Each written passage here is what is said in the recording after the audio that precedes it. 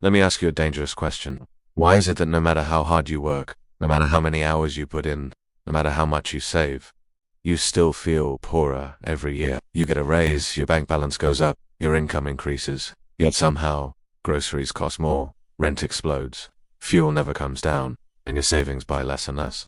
They tell you inflation is natural. They say it's healthy for the economy. They call it temporary. But what if inflation is not an accident? What if it's not a mistake, but a designed feature?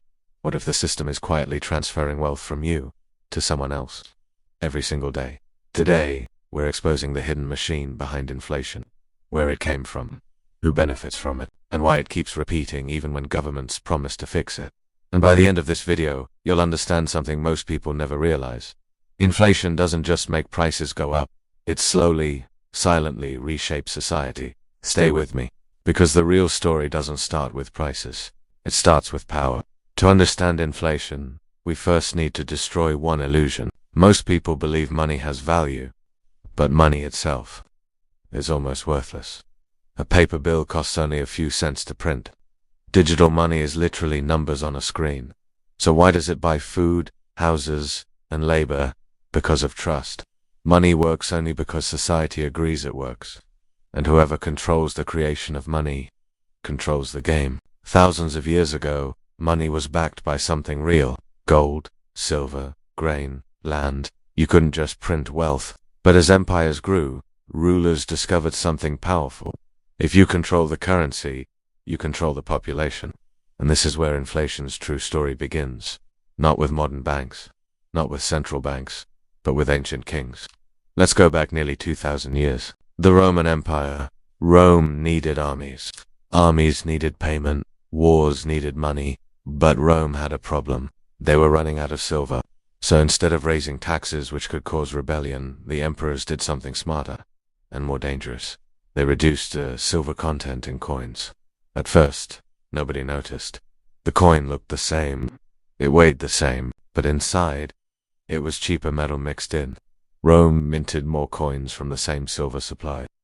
More money entered circulation, and suddenly, the prices started rising.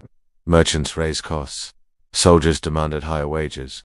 Citizens felt poorer without understanding why. This was one of history's first large-scale inflation experiments, and it worked for the rulers. They funded wars. They delayed collapse. They shifted the cost onto the public. But long-term, it destroyed trust in currency, collapsed purchasing power, and contributed to Rome's eventual fall. Now here's the scary part. Modern inflation works the same way, just with better technology and nicer language. Fast forward to the modern world. Governments no longer shave silver from coins.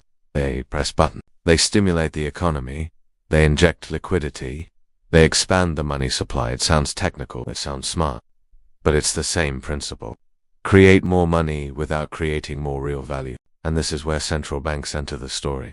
Institutions like the Federal Reserve, the European Central Bank, the Bank of England, they control interest rates. They control money printing. They control credit flow. Officially, their job is to maintain stability.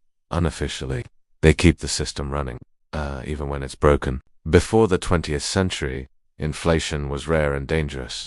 People feared it, but something changed. In 1971, a historic event happened. The United States removed the dollar from the gold standard. That meant money was no longer backed by physical assets, it was backed by government promise. This unlocked unlimited money creation. From that moment on, debt exploded. Governments spent more. Asset bubbles grew, living costs accelerated.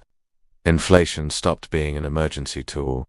It became a permanent feature. Now think about what happens when new money enters the economy. It doesn't reach everyone equally. Banks get it first. Corporations get cheap loans.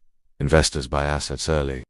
By the time regular workers feel the effects, prices have already gone up. This is called the Cantillon effect. Early receivers benefit, late receivers pay the price, and guess who's always last? You, the worker, the saver, the middle class. Let's break this down simply. When inflation reaches, if you own assets, stocks, real estate, businesses, you benefit because asset prices inflate faster than wages. But if you rely on salary, income, and savings, you lose. Your cash loses purchasing power. Your savings shrink silently. Your buying power erodes every year. This is why wealth inequality keeps widening, not because people are lazy, but because the monetary system rewards ownership and pernicious saving. Inflation forces people to take risk, go into debt, invest just to survive. It pushes society into permanent financial stress, and that's not accidental. Because stressed populations are easier to control. Inflation isn't random, it isn't accidental, and it isn't neutral. It's a system that transfers wealth, silently. And now we reach the most dangerous phase. Because every inflation cycle eventually hits a wall. A point where printing more money no longer fixes the economy, it breaks it. And when that happens, governments panic, citizens suffer, and history repeats itself. Let's continue. At first, inflation feels manageable. Prices rise slowly. People complain, but adapt. But then something changes.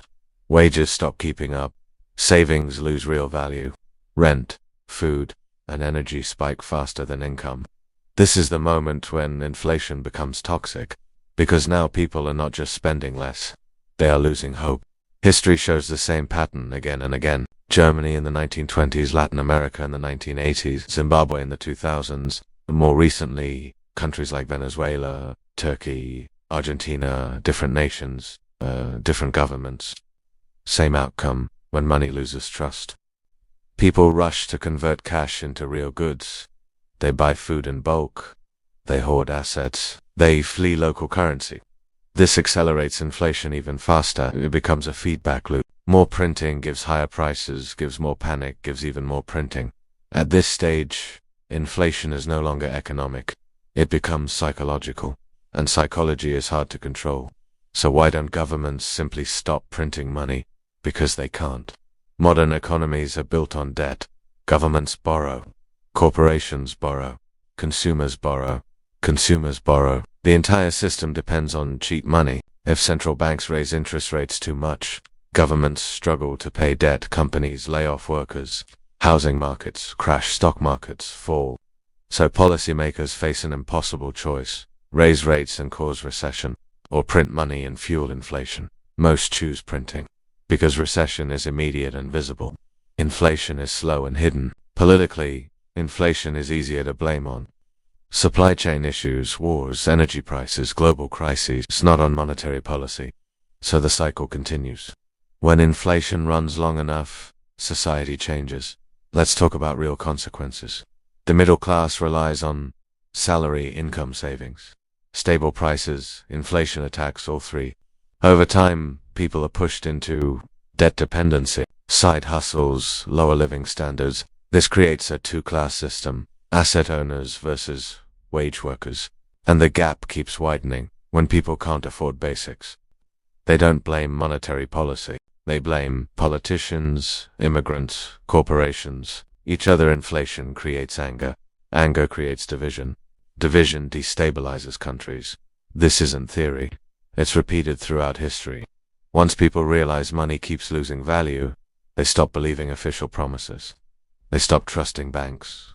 They stop trusting governments. They stop trusting statistics. And when trust dies, stability follows. Governments often claim they have solutions. Let's expose the most common ones. They cap food prices. They freeze rent. They regulate energy costs. Sounds helpful, but it creates shortages. When companies can't profit and they stop producing, suddenly shelves are empty. The problem gets worse. Governments send money directly to citizens. It feels good at first, but where does that money come from? Printing, which increases inflation. It's like trying to cure fire with gasoline. Central banks raise rates for a short time. Markets cool.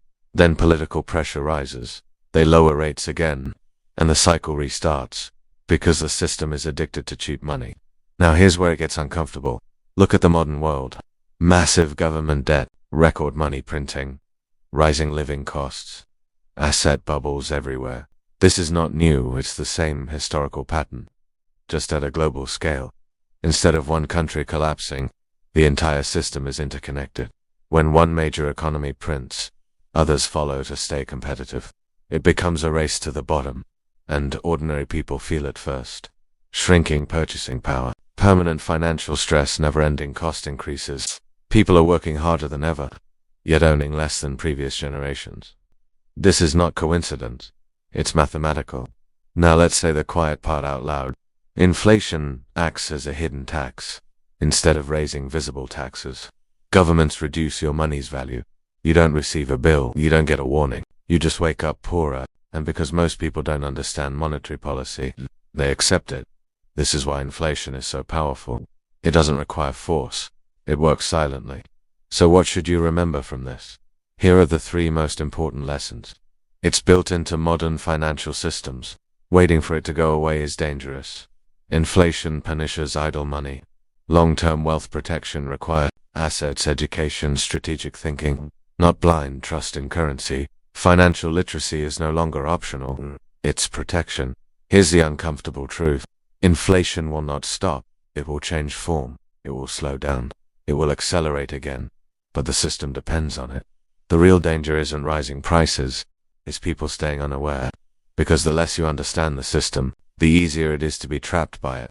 If this video opened your eyes, then don't let this knowledge stop here. Subscribe for more deep financial breakdowns. Like this video so more people see the truth. And comment below, inflation exposed, if you made it to the end. Because once you understand the game, you stop being just another player.